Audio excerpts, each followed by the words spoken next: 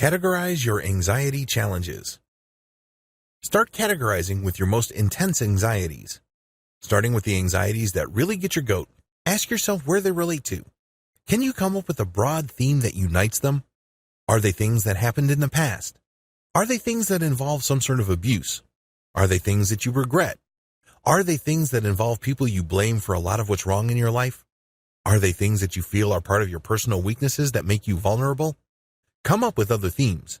The key here is to come up with a clear picture or a clear box for each list that you have. And the more you go through the list, the more these patterns will emerge. Categorize all your anxieties. This is going to take a while, but you need to categorize all the anxieties that you have listed based on the themes that you have detected. I have to admit, coming up with categories for memories and emotions that you have can be quite confusing. This is why it's a good idea to feel free to mix and match different categories. Please understand that there is no one perfect category that would fit most of your emotional experiences. Just feel free to mix and match to come up with new categories that are more descriptive. Feel free to do free association. Don't automatically assume that since a lot of people think that a certain memory has to be categorized a specific way, that that's the only way to go. When you do free association, certain pairings might come up. You may be able to identify new categories that you didn't think of before. You shouldn't feel any kind of pressure that you're just cramming all your memories or all your self-audit data into just one box. This is the key.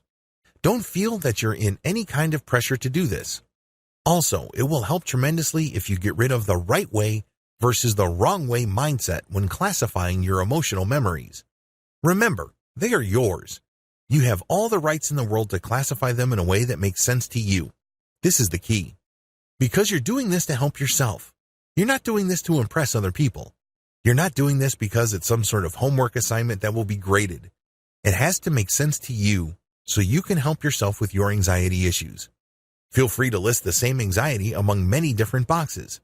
Maybe it's something that happened in the past that you can't forget, and it's also a cause of regret, and it has also an abusive experience.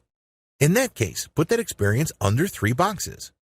Make notations of the intensity of the anxieties that you have categorized into themes and rank them.